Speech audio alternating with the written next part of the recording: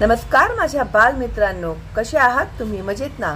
मी आहे शालिनी हुबळीकर आणि माझ्या चॅनलमध्ये तुम्हा सर्वांचं खूप खूप स्वागत आहे. तर तुमचा हा जो आता अभ्यासक्रम बदललेला आहे, त्यामुळे तुम्हाला आता सगळे नवीन व्हिडिओ आणि नवीन एक्सप्लेनेशन्स भेटणार आहेत. तर आज मी तुम्हाला शिकवणार आहे आपल्या सभोवतालचे जग, भाग 1, इयत्ता आहे 3. तर आज आपण काय शिकणार आहोत? तर आज आपण शिकणार आहोत तुमचा पहिला धडा, एक निसर्गाचा खजिना. आता निसर्ग म्हणजे काय?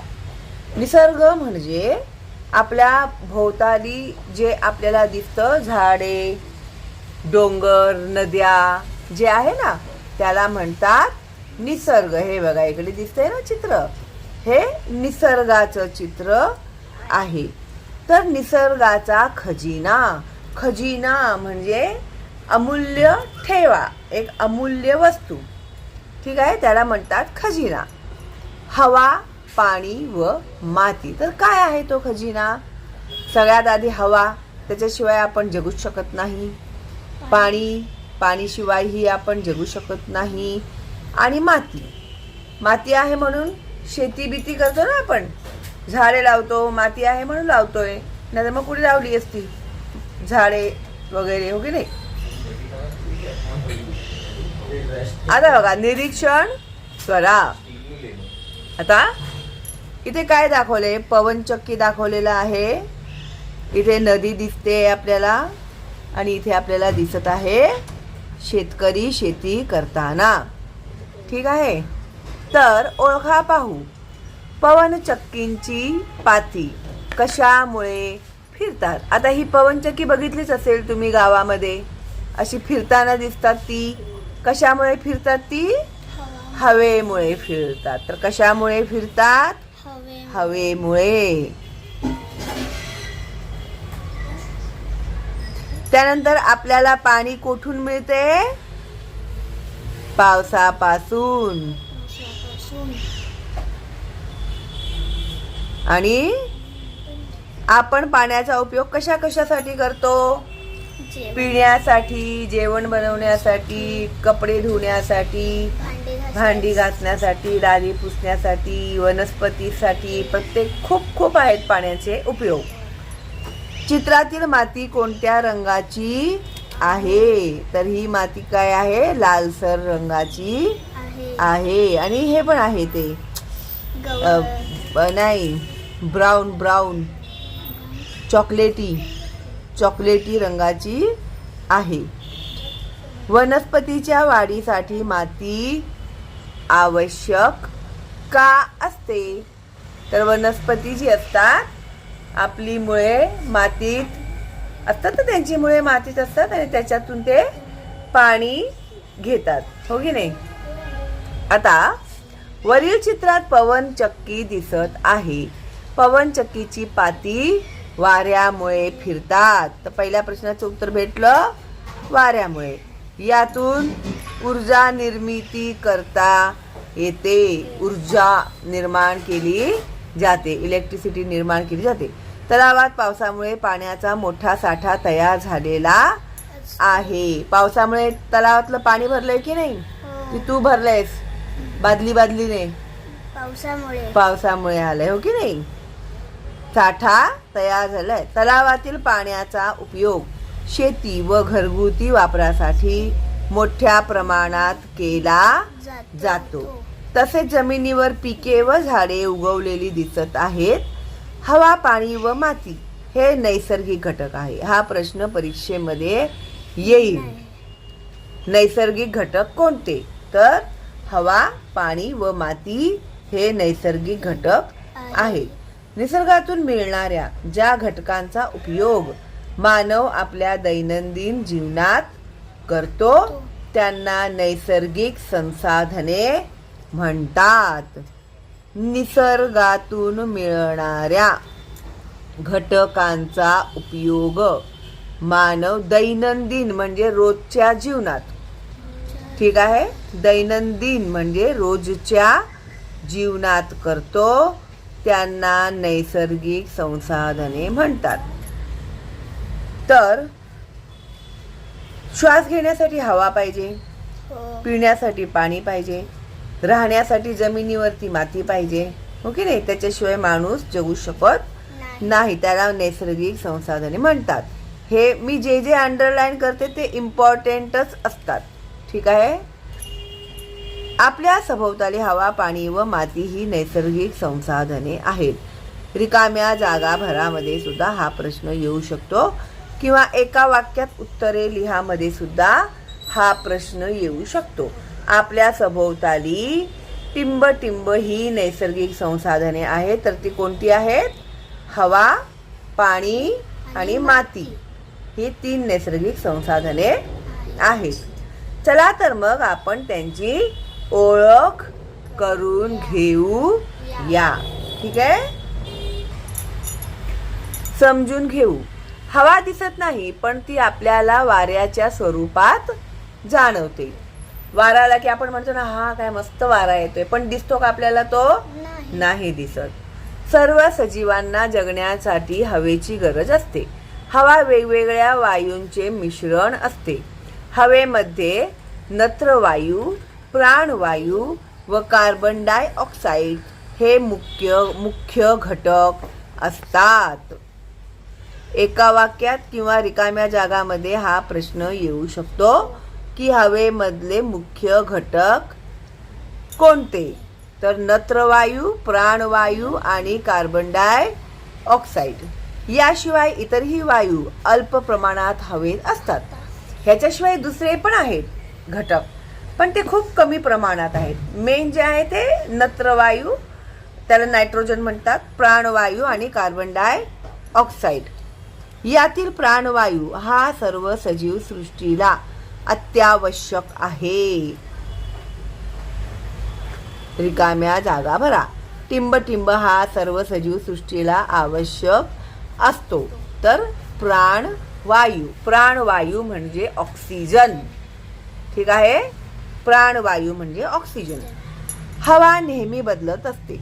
वातावरणातील हवा कायम स्वच्छ व शुद्ध राहावी याची सर्वांनी काळजी घेणे आवश्यक आहे. हवेचे दैनंदिन जीवनातील उपयोग समजून घेऊ. दैनंदिन म्हणजे काय बोलली होती मी? दैनंदिन म्हणजे रोजच्या जीवनातील. दैनंदिन म्हणजे रोजच्या जीवनातील. तर ओळखा पाहू.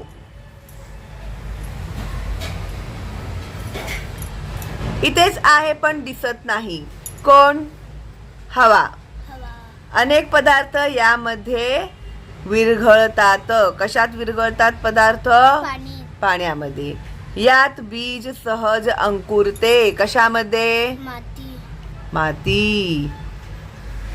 हवा, पाणी, माती. खाली चित्रानुसार हवा अजून कोणकोणत्या साधनांमध्ये भरू शकतात? हे बघा, फुग्यामध्ये भरलेली आहे हवा, ह्या टायर मध्ये भरलेली आहे, ह्या बॉल मध्ये भरलेली आहे, हो की नाही? चर्चा करा. शिक्षकांच्या मदतीने हवेचे दैनंदिन जीवनातील उपयोग व त्यांची उदाहरणे याविषयी चर्चा करा. पतंग हवेशिवाय उडेल का? नाही. पवनचक्कीची पाती हवेशिवाय फिरतील का? नाही. हो की नाही? सांगा पाहू. तुमच्या परिसरात पाणी कोठून येते? पाणी घरात कशा कशामध्ये साठवले जाते? पाण्याचा उपयोग घरात कशा कशासाठी करतात? पाणी म्हणजे जीवन. पाणी आपल्याला पावसापासून मिळते. पाणी म्हणजे जीवन. पाणी आपल्याला पावसापासून मिळते. आपण पाण्याचे उपयोग संकल्पना चित्रांच्या आधारे समजून घेऊ. एकतर शेतीसाठी पाणी लागते. इथे सिमेंट रेती मिक्स करतायत ना, त्याच्यासाठी पाणी लागते. कारखान्यांमध्ये पाणी लागते. धरणामध्ये पाणी साठवून ठेवतात आणि आपल्याला घरी स्वयंपाकासाठी पाणी लागते. साफसफाईसाठी पाणी लागते. हो की नाही? कृती करा. शिक्षकांच्या मित्रांच्या मदतीने पाण्याचे महत्त्व सांगणारी घोषवाक्ये बनवा. शिक्षक मित्रांनो, आपल्या परिसरात विविध रंगांची माती दिसून येते. आता घोषवाक्य म्हणजे कसं, इकडे कसं दिलंय त्यांनी, हे पाणी म्हणजे जीवन, हो की नाही. अशाच प्रकारचे घोषवाक्य तुम्हाला तयार करायची. बरं का विद्यार्थ्यांनो, आता तुम्ही प्रत्येकाने एक एक घोषवाक्य तयार करा बघू, आणि मला कमेंटमध्ये लिहून पाठवा. बघूया तुम्ही किती हुशार आहात ते. ठीक आहे. तर शिक्षक मित्रांनो, आपल्या परिसरात विविध रंगाची माती दिसून येते. मातीपासून आपण विविध वस्तू बनवितो. चला तर आपण मातीविषयी माहिती करून घेऊया. माती व मृदा यात फरक आहे. आता माती आणि मृदामध्ये काय फरक आहे? विद्यार्थी, असे कसे? माती आणि मृदा एकच आहेत. शिक्षक, नाही मुलांनो. शेतकरी ज्याच्यात धान्य पेरतो ती मृदा. लक्षात ठेवा. शेती करण्याची जी माती असते त्याला म्हणतात मृदा.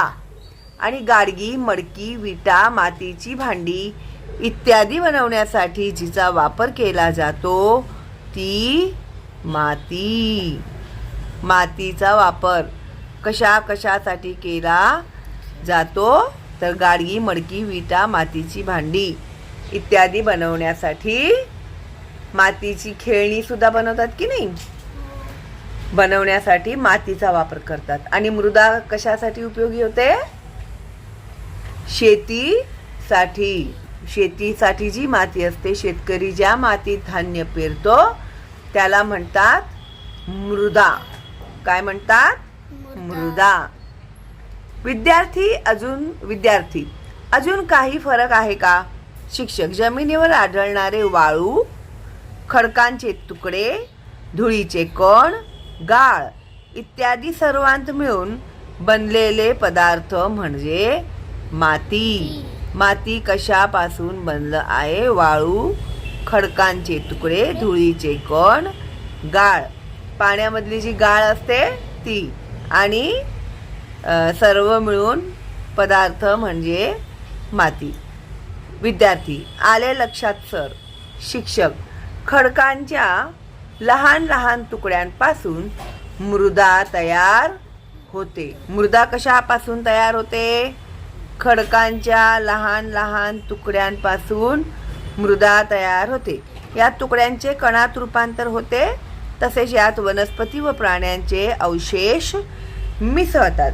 आता हे जे दगड असतात, हे जे खडक असतात, ते त्यांचा भुगा होतो, ते तुटतात, त्याचे बारीक कण होतात. मग झाडाची पानं, वनस्पती म्हणजे झाडाची पानं वगैरे ती मातीमध्ये पडतात. मेलेले जे प्राणी असतात ते गळतात त्याच्यामध्ये. मेल्यानंतर ते सडतात ना, पुसतात ना, घाण वास येते की नाही, तर ते मातीत मिसळतात. ठीक आहे. अशा खडकांच्या तयार झालेल्या व सूक्ष्म जैविक पदार्थ मिसळलेल्या मिश्रणास मृदा असे म्हणतात. मृदा कशास म्हणतात? ह्याचं हे उत्तर आहे. निरीक्षण करा. खाली चित्राचे निरीक्षण करून मातीचे रंग चौकटीत लिहा. आता ही कोणत्या रंगाची माती दिसते? लाल. तांबडी. आता तांबडी तुमचे शिक्षक देतात की लाल देतात मला नाही माहिती. हे कोणत्या रंगाची आहे? राखाडी, आय थिंक. आणि हे काय आहे? सिमेंट कलरची आहे. आता टीचर तुमचे काय देतील मला माहीत नाही, कारण की तुमच्या शिक्षकांना बाबा ट्रेनिंग दिली जाते. आम्ही बिना ट्रेनिंगचे करतो सगळं. आता बघा, समजून घेऊ काय करावे आणि काय करू नये. पाणी काटकसरीने वापरावे. काटकसरीने म्हणजे सांभाळून वापरलं पाहिजे. पाणी सांडू नये. तुम्ही काय करता? तहान लागली की ग्लास भरून पाणी घेणार, एक घोट पाणी पिणार, बाकीचं पाणी टाकून देता. मग सांडलं ना तुम्ही पाणी, वेस्ट केलं ना पाणी. तुम्ही करता ना असं. आता तुम्ही जर असं करत असाल तर असं करायचं नाही. पाणी अडवा, पाणी जिरवा. पाणीला अडवायचं आणि जिरवा म्हणजे मातीमध्ये ते जेवढं जिरेल तेवढं पाणी आपल्याला जमिनीमध्ये साठवता येईल. पाणी दूषित करू नये. दूषित म्हणजे त्याच्यामध्ये केमिकल्स घालणे, कचरा टाकणे, प्लास्टिक टाकणे, आणि ते जे काय पूजे बिजेचे करतात ते सगळं निर्माल्य ते सुद्धा पाण्यात टाकतात. मग त्याच्याने काय होतं, पाणी दूषित होते. झाडे लावा, शुद्ध हवा मिळवा. आता मी नेहमी बोलते माझ्या विद्यार्थ्यांना की तुम्ही जेव्हा तुमच्या मित्रांच्या वाढदिवसाला वगैरे जाता, हो की नाही, त्यावेळी दुसऱ्या काही भेटवस्तू देण्यापेक्षा जर तुमच्या मित्राला किंवा मैत्रिणीला एखादं फूल आवडत असेल तर त्या फुलाचं झाड, आता तुझ्या मैत्रिणीला समज गुलाब आवडतं तर ते झाडवाले उभे असतात की नाही, त्यांच्याकडून आपण गुलाबाचं एक रोपटं घेतलं, 40-50 रुपयाला भेटतं. ते एक रोपटं घेऊन ते जर गिफ्ट केलं मग ते छान आहे ना ते, म्हणजे झाड, आणि तिला आठवण पण राहील, हा बाबा हिने मला हे झाड आणून दिलेलं आहे. तर आता तुम्ही सुद्धा असंच करायचं.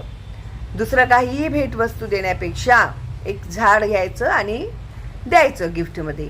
आणि जर तुमच्या परिसरात झाडं आहेत तर ती कुंडीत लावा आणि ते गिफ्ट करा. ठीक आहे. झाडे तोडू नये. झाडे तोडल्याने काय होतं, आपलं ऑक्सिजन कमी होतं, हो की नाही, ग्लोबल वॉर्मिंग वाढतं, प्रदूषण वाढतं.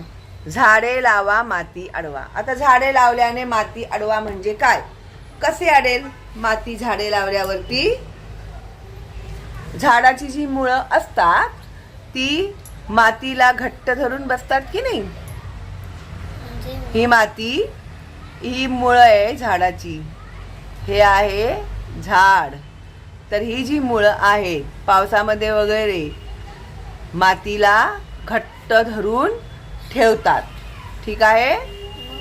हवा दूषित करू नये. बोलली ना मी तुला आता, झाडं तोडली तर हवा काय होईल, दूषित होईल. हवेमधला प्राणवायू कमी होईल. आज शाळेत मातीच्या वस्तू बनवण्याची कार्यशाळा होती. वस्तू बनवणारे शिक्षक व 3रीच्या वर्गातील मुले एका चित्रकलेच्या वर्गात जमली. शिक्षक त्यांना सूचना देत होते. कार्यशाळेतील मुले त्यांच्या सूचनाप्रमाणे कृती करत होती. शिक्षिका, चला सर्वांनी थोडे थोडे पाणी घालून मातीचे गोळे बनवू या. आवडतं ना तुम्हाला मातीमध्ये खेळायला? आणि जुहू बीचमध्ये वगैरे गेले तर वाळवून तुम्ही काय काय बनवता ना, डोंगर बनवता, किल्ले बनवता. तसंच आता ह्यांच्या वर्गामध्ये शाळेत जी कार्यशाळा आहे तिथे मातीपासून आता ते काहीतरी बनवणार आहेत. तर टीचरनी सांगितलं मातीचे गोळे बनवूया. शिक्षिका, माती हातात घेतल्यावर काय जाणवते? राधा, माती मऊ आणि चिकट आहे. आता गावाकडची जी मुलं आहेत ना त्यांना माती ओरिजिनल भेटते, पण आता तुम्हाला इथे जरा कठीणच आहे. त्यामुळे तुम्ही क्ले घेता ना, क्लेचा वापर करता. ठीक आहे. आता इथे बघा त्यांची शिक्षिका आणि हे विद्यार्थी आहेत. तर ते काय करत आहेत मातीपासून? शिक्षिका बरोबर. कोणकोणत्या मातीपासून आपण वस्तू बनवितो? ओंकार, लाल माती, काळी माती आणि राखाडी माती ह्याच्यापासून आपण वस्तू बनवतो. ही लाल, ही काळी, ही राखाडी आहे का? ही लाल, ही काळी आणि ही राखाडी असं वाटते. आता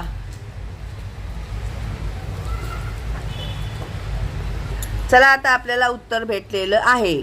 तर ही माती आहे लाल, ही आहे काळी आणि ही आहे राखाडी. हा ना, भेटलं ना उत्तर आपल्याला. म्हणून धडे वाचायचे असतात, तुम्ही वाचत नाहीत धडे. ठीक आहे. तर शिक्षिका, हो बरोबर आहे, आपल्याकडे विविध रंगांची माती आहे. मातीमध्ये अनेक बारीक मोठे कण असतात. मातीतील कणांच्या आकारमानानुसार त्यांना चिकणमाती, पोयटा व वाळू असे संबोधतात.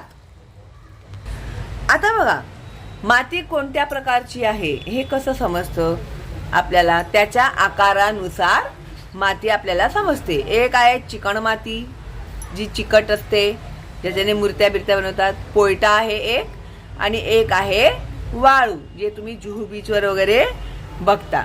माती या कणांच्या प्रमाणानुसार तिचा पोत ठरतो. काही प्रकारची माती बारीक व मऊ असते, तर काही प्रकारची माती मोठी जाडसर असते. शिक्षिका, आपण पाणी साठवण्यासाठी भांडी वापरतो. हो बाई, सर्वजण. शिक्षिका, ती भांडी कशापासून बनवलेली असतात? रिशान, माती आणि धातू पासून. शिक्षिका, अगदी बरोबर. धातू म्हणजे काय? तांबा, पित्तळ, स्टील, लोखंड असं. शिक्षिका, अगदी बरोबर. मातीपासून वेगवेगळ्या वस्तू बनवल्या जातात. तुम्ही त्या पाहिल्या आहेत का? आता ही आहेत मातीची भांडी. इकडे दिसत आहेत ना आपल्याला? राधा, हो मी पाहिलेल्या आहेत. शिक्षिका, कोणत्या बरं? राधा, माठ, फुलदाणी, पणती, धूपदाणी, मूर्ती, कुंड्या, दिवाळीच्या किल्ल्याची खेळणी इत्यादी. आता मातीपासून कोणकोणत्या वस्तू बनवल्या जातात हा जर प्रश्न आला तर तुम्हाला हे उत्तर लिहिता येईल. शिक्षिका, त्या कोणी आणि कशा बनवल्या आहेत? असीम, माझ्या परिसरात मातीची भांडी बनवितात, पण ती कशी बनवितात हे माहिती नाही. शिक्षिका, चला माहिती करून घेऊ. निरीक्षण करा. आता बघा, सगळ्यात आधी मातीपासून माठापर्यंतचा प्रवास जाणून घेऊ.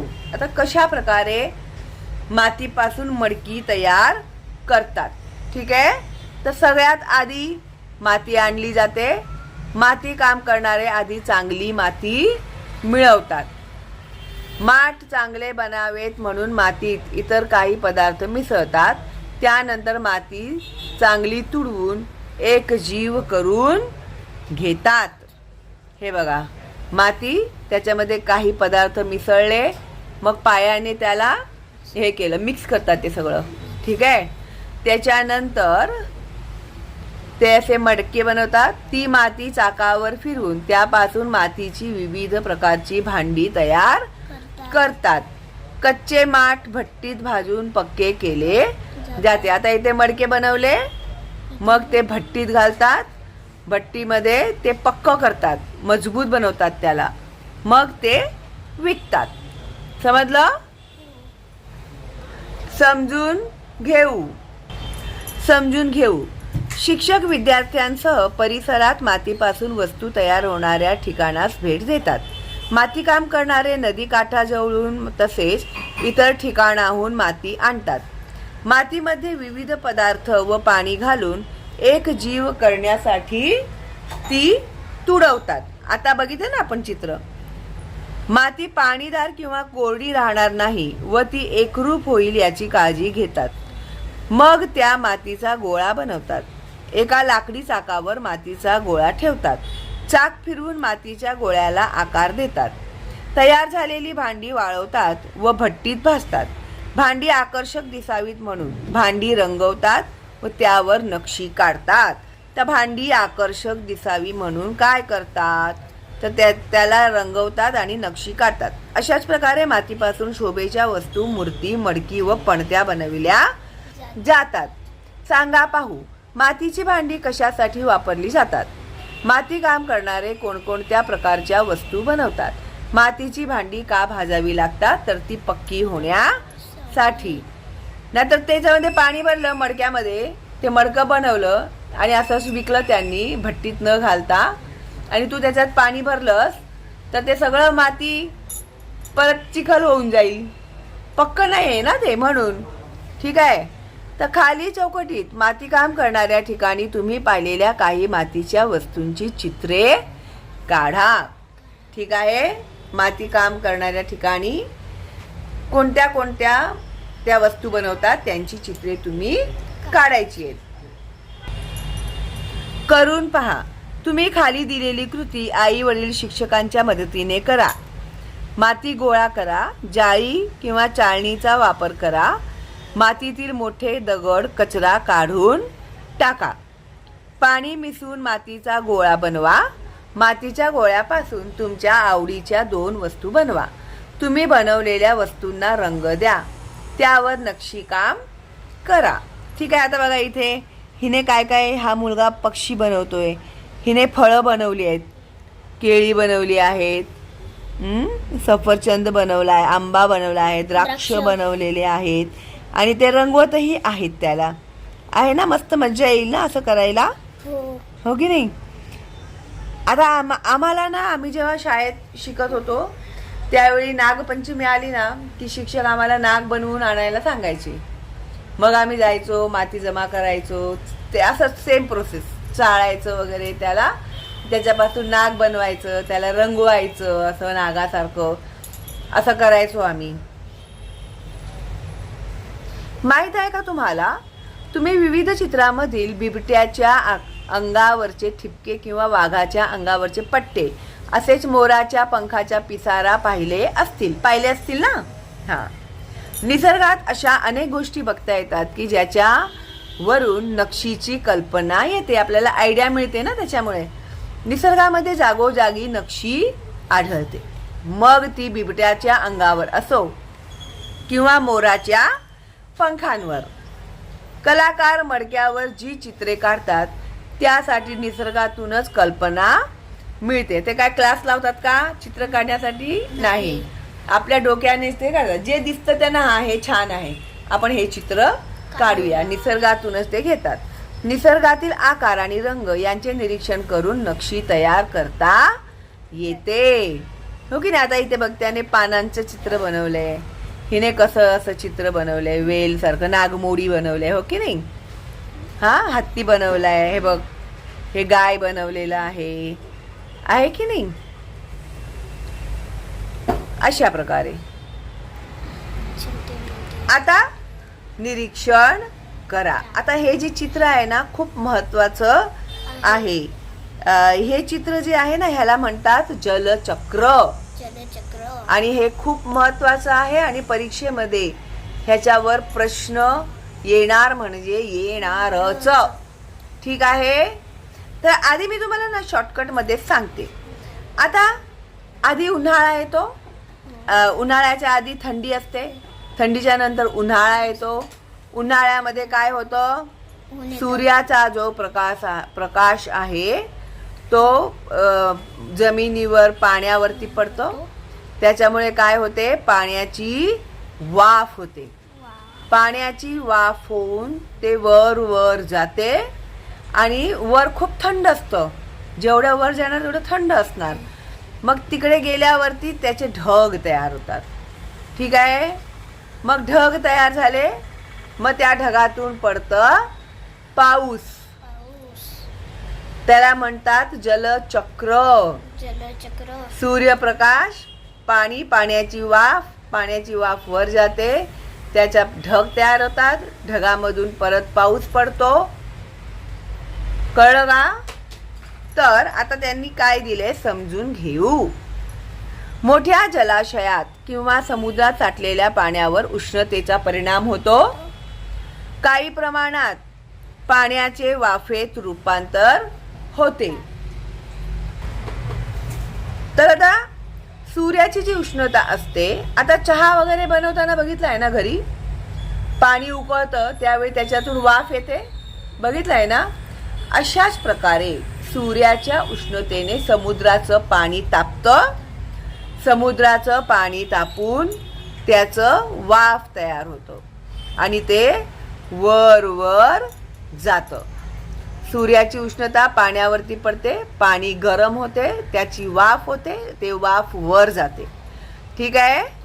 वाफेचे तापमान आसपासच्या हवेपेक्षा जास्त असते आणि ती हलकी सुद्धा असते, त्यामुळे ती हलकी होते. परिणामी वाफ वरच्या दिशेने सरकू लागते व याच दिशेने जास्त उंचीवर जाते. उंचीवरील हवा थंड असते. आकाशात वाफेचे ढग बनतात. वाऱ्यामुळे ढग वाहून नेले जातात, पर्वतांना अडतात. आता पर्वत आलं की मग त्यांना पुढे जायला, आता हे ढग आहे, आता इकडे पर्वत आलं तर त्यांना पुढे जायला जागा आहे का? नाही आहे. तर पर्वतांना अर्थात पावसाच्या रूपाने पाणी जमिनीवर येते. उतारावरून पाणी वाहून जाऊन ओहोळ, ओढा, नदी या स्वरूपात ते पाणी समुद्राला जाऊन मिळते.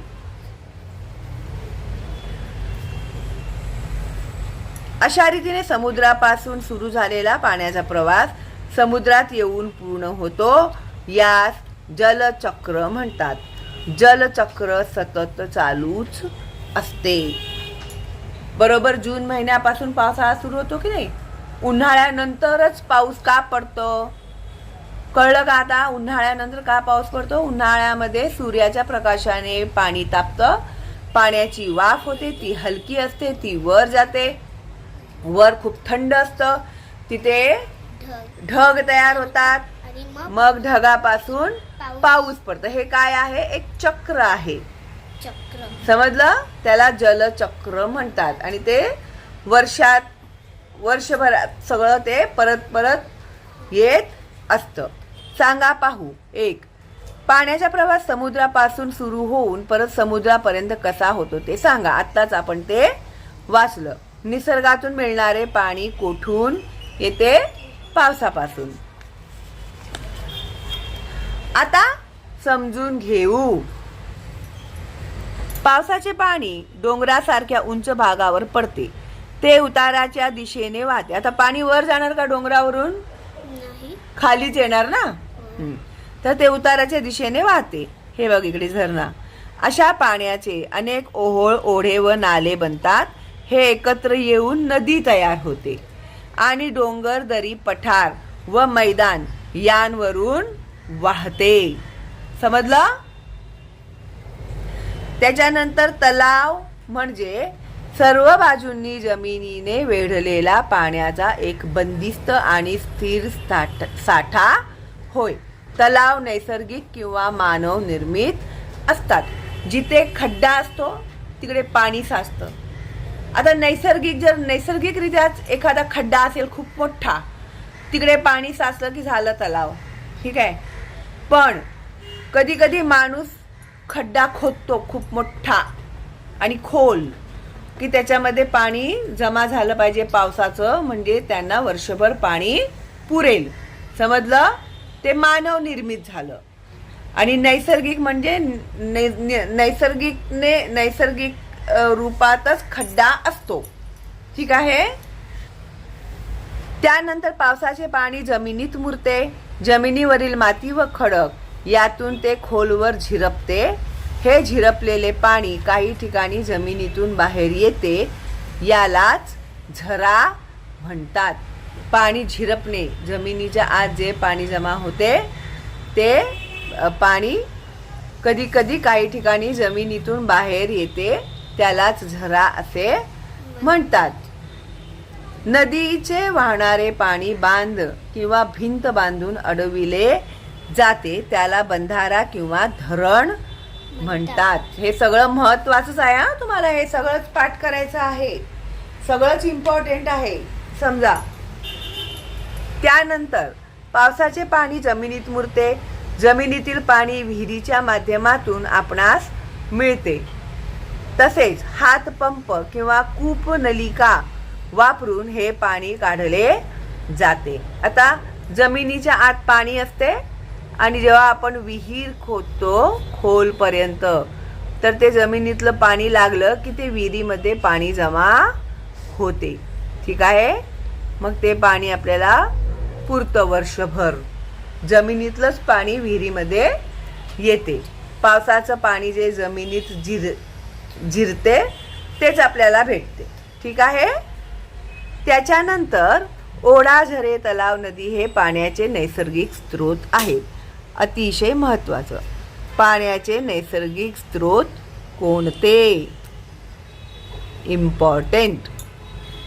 ओढा, झरे, तलाव, नदी हे पाण्याचे नैसर्गिक स्रोत आहेत. जे निसर्गातून आपल्याला भेटतात त्याला नैसर्गिक म्हणतात. आणि जे माणूस तयार करतो, धरण माणसाने बनवलं आहे, तर ते मानव निर्मित झालं. समजलं. सांगा पाहू, आपण आपल्या परिसरात आपल्या गरजेसाठी पाणी साठवतो. पाणी साठवण्याच्या काही पारंपरिक व आधुनिक पद्धती आहेत. शिक्षकांच्या मदतीने खालीलपैकी कोणत्या पद्धती आपल्या परिसरात पाणी साठवतात ते सांगा. हे आहे पारंपरिक पद्धती. हे अशा प्रकारे किल्ल्यांवरती, राजवाड्यांमध्ये पाणी साठवायचे तलाव करून. मटक्यांमध्ये हे असे मोठे मोठे हे असतात, त्याच्यामध्ये पाणी साठ. हे बघ आहे ना, इथे कूप लावला आहे, इकडनं बायका पाणी भरत आहेत. त्याच्यानंतर आपल्या घरामध्ये स्टीलची टाकी बी हे नाही, हे त्यावेळी असे वापरायचे. आता आपण स्टीलची टाकी वापरतो, ठीक आहे. आणि नदी, ह्या काय आहेत पारंपरिक पद्धती पाणी साठवण्याचा.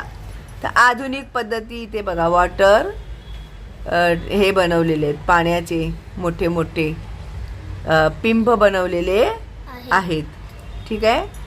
त्याच्यानंतर हे वॉटर टँक आहे मोठं, इथे भरलेलं असतं, त्याच्यातूनच गावात पाणी मिळतं. आणि हे काय आहे धरण, धरणामधून पाणी साठवलं जातं आणि ते लोकांपर्यंत पोचवलं जातं.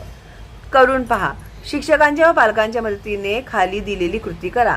आपल्या गावाजवळ किंवा शहराजवळ ओढा, तलाव, धरण किंवा नदी आहे का, त्याचे नाव व माहिती जाणून घेऊन लिहा. समजून घेऊ. पाणी ही एक अमूल्य देणगी आहे. पाणी कायम मिळावे यासाठी आपण ते साठवितो. शहरांमध्ये लोकांना त्यांच्या घरामध्ये नळामधून पाणी मिळते. रिकाम्या जागा किंवा एका वाक्यात उत्तरे लिहा. तर गावातील लोकांना पाणी घरी साठवण्यासाठी तलावातून, ओढ्यातून, विहिरीतून, कूपनलिकांतून व नदीतून पाणी मिळवावे लागते. अलीकडे गावांमध्येही पाणी नळाद्वारे मिळण्याची सोय झाली आहे. काही गाव आहेत तिकडे आता नळाने पाणी घरापर्यंत पोहोचवले जाते. आपल्या परिसरात गावांसाठी व शहरांसाठी विविध पद्धतीने पाणी साठवण्यात येते. पाण्याचे नैसर्गिक तलाव व मानव निर्मित धरणे, विहीर हे जलसाठे असतात. आता शिक्षकांच्या मदतीने खालील तक्ता पूर्ण करा. आपल्या परिसरातील जलसाठे, नैसर्गिक जलसाठे आणि मानव निर्मित जलसाठे. आता नैसर्गिक जलसाठे कोणते आहेत, तर आहे नदी, तलाव,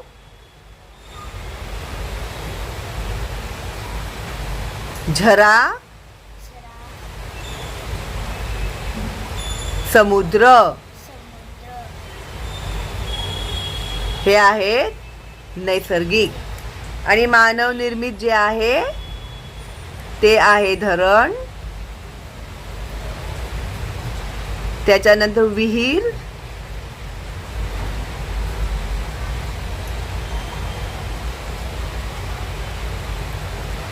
कालवा,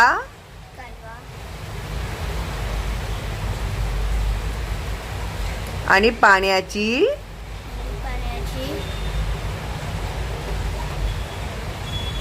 टाकी. ठीक आहे. हे बघा, हे आहे नैसर्गिक, जे निसर्गातूनच आपल्याला भेटलेले आहेत. आणि हे आहे माणसांनी तयार केलेले जलसाठे. ठीक आहे, ह्याच्यामध्ये पाणी साठवून ठेवतो माणूस. समजून घेऊ. हवा, पाणी व माती या नैसर्गिक घटकाचा मानवाने जीवन सुखकर करण्यासाठी उपयोग होतो. अशा सर्वांना नैसर्गिक संसाधने म्हणतात. पृथ्वीवरील हवा, पाणी व माती ही नैसर्गिक संसाधने मानवासाठी महत्त्वाची आहेत. सजीव सृष्टीच्या अस्तित्वासाठी आणि विकासासाठी, अस्तित्वासाठी म्हणजे जगण्यासाठी, आणि विकासासाठी म्हणजे प्रगती करण्यासाठी हवा, पाणी व माती अत्यंत आवश्यक आहेत. ही सर्व संसाधने जपून व काळजीपूर्वक वापरावीत. आता विकासासाठी म्हणजे कसं, आधी आपण खेडेगावात असंच राहत होतो. आता आपण विकास केला म्हणजे बिल्डिंगी बनवले, हो की नाही, मोठ्या मोठ्या फॅक्टऱ्या झाल्या. ह्याच्यासाठी पाणी लागतं, माती लागतं, सिमेंट लागतं, सगळं ते माणसाने बनवून तयार केलं. मोठे मोठे फ्लायओव्हर्स तयार झाले, हो की नाही? रोड, मोठे मोठे रोड तयार केले, ह्याच्यापासूनच केले ना. चर्चा करा. शिक्षक विद्यार्थी आंतरक्रियेद्वारे चर्चा करा. पाणी ही निसर्गाची देणगी आहे. जर पाणी नसेल तर काय होईल? पाणी प्रदूषणाची कारणे व त्यामुळे निर्माण होणाऱ्या समस्या यावर चर्चा करा. आता मी बोलली ना, पाणी का प्रदूषित होते? आपण कचरा टाकतो, प्लास्टिक टाकतो, घाण टाकतो, कपडे धुतो, भांडी, गाय, म्हैस, टॉयलेट सुद्धा लोक, संडास सुद्धा लोक नदीच्या किनारी बसून करतात. ते घाण होतं. मग फॅक्टरीमधलं केमिकल वगैरे पाण्यात सोडतात, मग पाणी प्रदूषित होतं. ठीक आहे. रसायने, घातक रसायने पाण्यात सोडतात शुद्धीकरण न करता, त्याच्याने पाणी प्रदूषित होते. निर्माल्य पाण्यात टाकतात, त्याच्याने पाणी प्रदूषित होते. ठीक आहे. आता आम्ही अभ्यासले, सजीवांच्या गरजा पूर्ण करण्यासाठी हवा, पाणी व माती या नैसर्गिक संसाधनांची आवश्यकता असते. पाण्याचा प्रवास समुद्रापासून सुरू होऊन परत समुद्रापर्यंत येऊन पूर्ण होतो, यालाच जलचक्र म्हणतात. बोलली ना मी आता, जलचक्र एक्सप्लेन केला तो. मातीपासून विविध वस्तू तयार करतात. पाण्याची टंचाई टाळण्यासाठी पाण्याचा वापर काळजीपूर्वक करावा. पाणी हे जीवन आहे. पाणी हे अमूल्य देणगी आहे, जे आपल्याला निसर्गातून भेटलेली आहे. सजीवांना जगण्यासाठी हवेची गरज असते, हो की नाही? आता उजळणी करूया. रिकाम्या जागी योग्य शब्द लिहा. पवनचक्कीची पाती टिंब टिंब फिरतात. कशामुळे? उत्तर दिलेत ना इकडे, बघ ना. कशामुळे फिरतात? वाऱ्यामुळे. तर उत्तर काय आहे? वाऱ्यामुळे. बरोबर उत्तर शोधून लिहायचं आहे. भांडी टिंब टिंब बनवली जातात. कशापासून? मातीपासून. तर इकडे आपण लिहिणार मातीपासून. टिंब टिंब ही निसर्गाची देणगी आहे. काय? पाणी. तर इकडे काय येणार उत्तर? पाणी. मातीतील कणांच्या प्रमाणानुसार तिचा टिंब टिंब ठरतो. रंग, पोत, कोरडेपणा, ओलसरपणा. काय ठरतं? मातीतील कणांच्या प्रमाणानुसार तिचा. तर ह्याचं उत्तर काय येणार? पोत. पोत ठरतो. ठीक आहे. एका वाक्यात उत्तरे लिहा. निसर्गातून आपल्याला काय काय मिळते? तर निसर्गातून आपल्याला दिलेलं आहे ना इकडे.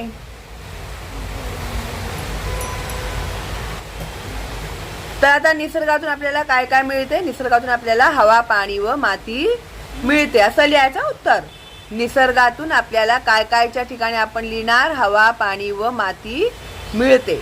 पाणी साठवण्याच्या आधुनिक पद्धती कोणत्या? धरण, विहीर, पाण्याची टाकी. धडे वाचायचे वारंवार. कालवा आहे ना.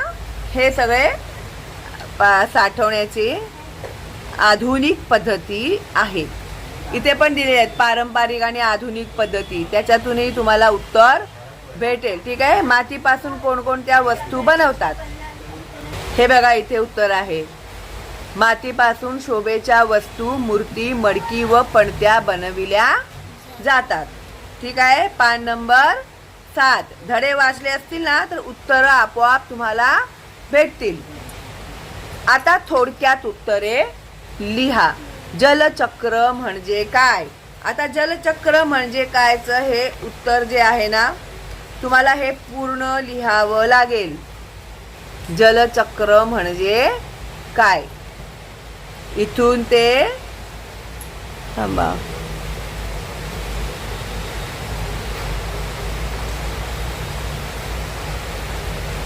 हे पूर्णच लिहावं लागेल तुम्हाला. त्याला जलचक्र म्हणतात. समजलं? हां, समजून घ्यायचं आणि लिहायचं. त्याच्यानंतर आहे मातीची भांडी बनविण्याची प्रक्रिया लिहा. आता इथे दिलेलं आहे प्रक्रिया तेच लिहायचं आहे तुम्हाला. समजलं? मातीची भांडी कशी तयार करतात. त्याच्यानंतर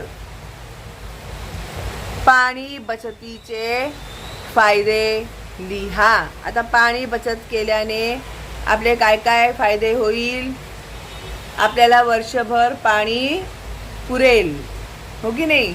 अजून हे बघा, पाणी बचतीचे फायदे. पाण्याची कमतरता भासत नाही. भविष्यातील पिढ्यांसाठी पाणी उपलब्ध राहते.